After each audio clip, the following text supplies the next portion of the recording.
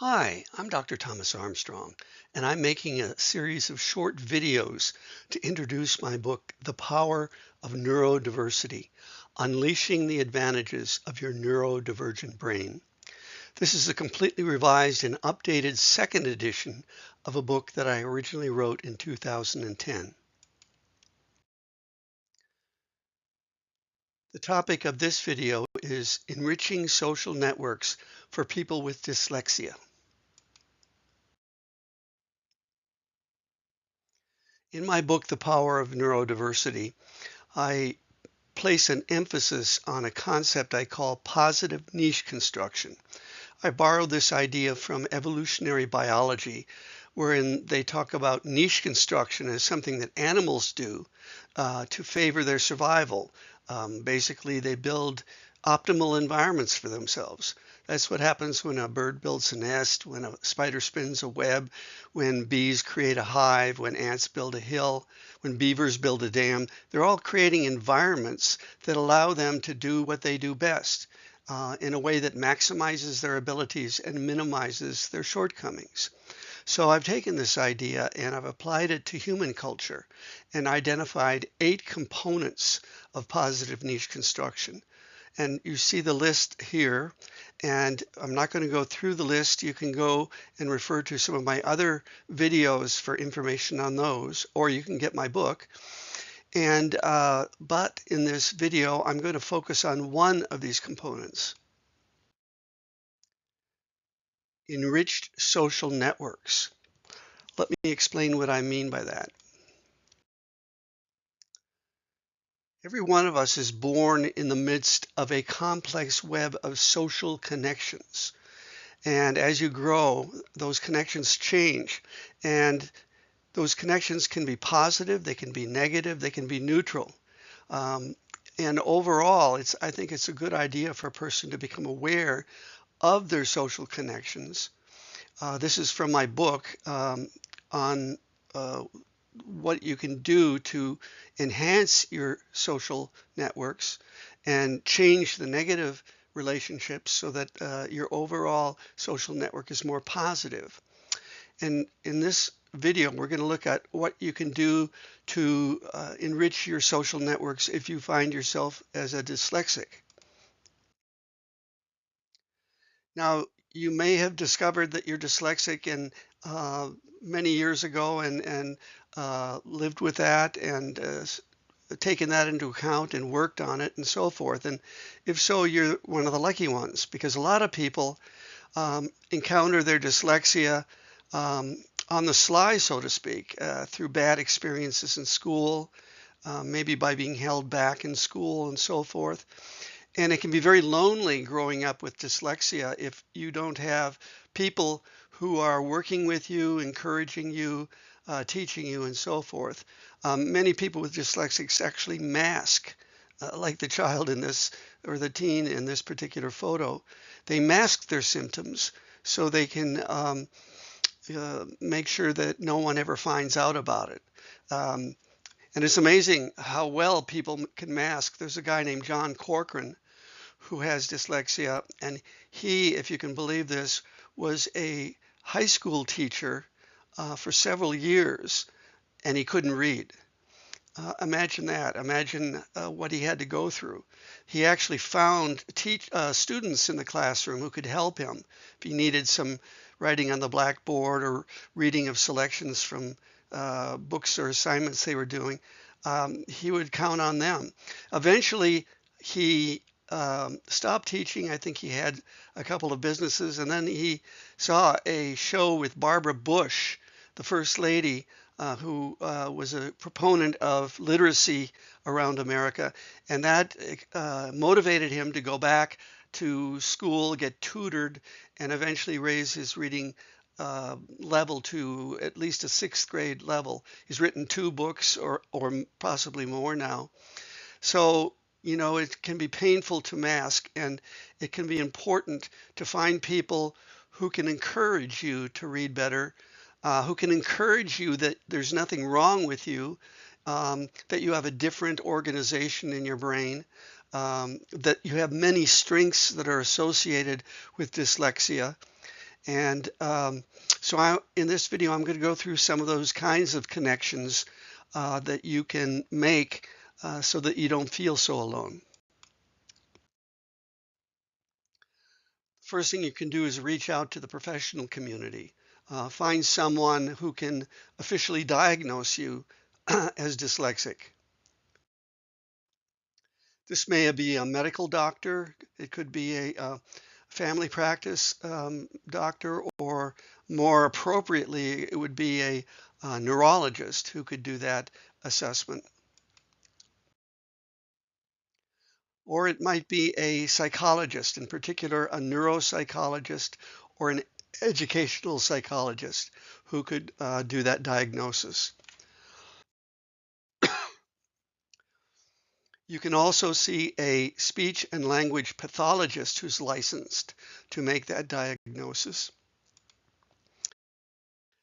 And you could also see a licensed remedial reading specialist, although remedial reading specialists aren't licensed to officially diagnose dyslexia. They can provide an awful lot of support and tutoring to help you get better in that reading area. Another set of organizations you can reach out to are groups like the International Dyslexia Association, which has a lot of advocacy information, resources, bookstores, and so forth. So that's a good lifeline for you. Also, the Learning Disabilities Association of America, which covers a variety of learning disabilities, but dyslexia is the most common form of learning disability. So they do a lot in terms of policy and advocacy for that. And then there's the National Center for Learning Disabilities as another option. Also, there are self-advocacy groups out there that can be helpful. I just learned about a group called Headstrong Nation, which is as you can see from its motto, dyslexia is not a disease, it's a community. So this is really a social network of fellow dyslexics who are banding together to support each other and to get good information and find resources that can help them. Then there are some specifically strength-based organizations out there that emphasize the strengths. What I've done in my earlier videos is talk about some of the strengths associated with dyslexia. And these organizations do a good job of encouraging that information to be out there. So for example, there's the Dyslexic Advantage, which was an organization created by two medical doctors in Seattle, Furnett and Brock Eide. And they have formed a really good community of dyslexics to support each other and to get the best information, both on learning how to overcome dyslexia as well as how to accentuate the strengths associated with being dyslexic. And then there's also the Yale Center for Dyslexia and Creativity, founded by Sally Shaywitz, who's one of the nation's leading researchers on reading and dyslexia. And they've done a lot of research into people who have succeeded, even with their dyslexia, to be successful in a variety of careers. And in fact, the website is fascinating because it has the life stories of many of these individuals. And what Dr. Shaywitz pointed out was that every one of these individuals had someone in their development as they were growing up to see them as a worthy person, emphasizing their strengths and encouraging them, almost being cheerleaders for them in developing their reading abilities, particularly reading things that interest them. There are a lot of adult education programs around. Many of these are associated with county library systems or city libraries. They have adult literacy programs that meet regularly, and that's a really good low-cost way of getting involved with reading instruction as an adult. Then there are private reading companies. The Lindemood Bell, for example, is a reading method that has been devised over several decades that is a multi-sensory approach to learning to read. And they also have services and avenues available for adult dyslexics to get information and use the teachers who are employing the methods of Lindemood Bell to teach you effectively.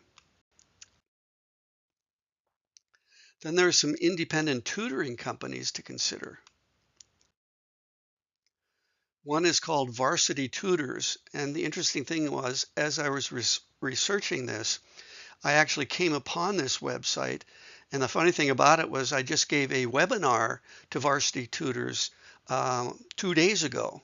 So it was a synchronicity that I include Varsity Tutors as a resource that will get you into a reading program appropriate to your reading level and teach you using high-level specialists in the area of reading and remediation.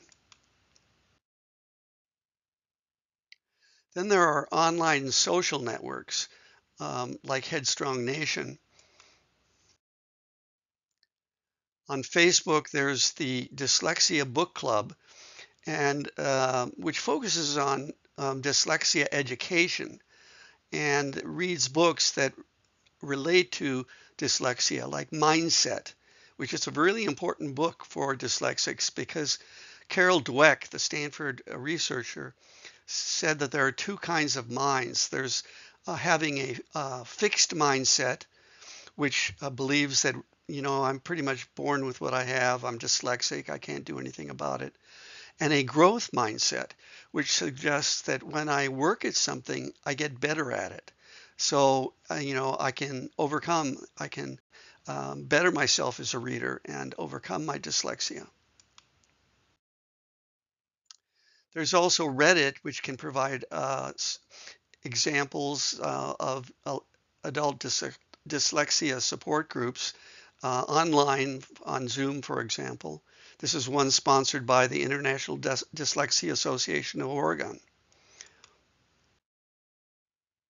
And then lastly, there are schools with programs for neurodivergent learners. There's a college called Landmark College in New England that enrolls students with learning differences. That's all that they do. They don't have neurotypical students. They have primarily students who are dyslexic, but with other neurodivergencies as well. And then many colleges and universities have started creating programs within their university or college that specifically addresses neurodiversity and neurodivergent students. The first one to do this was William and Mary in Maryland, the Neurodiversity Initiative. And they fulfill the function that used to be filled by student learning programs or student support programs. Only now the theme is on neurodiversity and using the same kinds of attitudes and approaches and tools that are used to support neurodiversity. And you can find this at UC Berkeley. You can find Stanford has a whole neurodiversity project operating within it that is doing marvelous things with dyslexics both in and outside of the campus. So that's a little bit about some of the support systems that you can look for and get help from in courses for improving your reading, courses or information to change your attitude towards dyslexia. If you think that it's a bad thing, it isn't. It's a superpower, as many people have said. and enable you to learn more about your strengths as a dyslexic, and encourage you to become more of who you really are. So anyway, that's some material that is in one of my chapters on the power of neurodiversity, and there's a lot more in the book as well. I hope you get the book. I hope you share it with your parents, your teachers, your co-workers, your therapists, and others.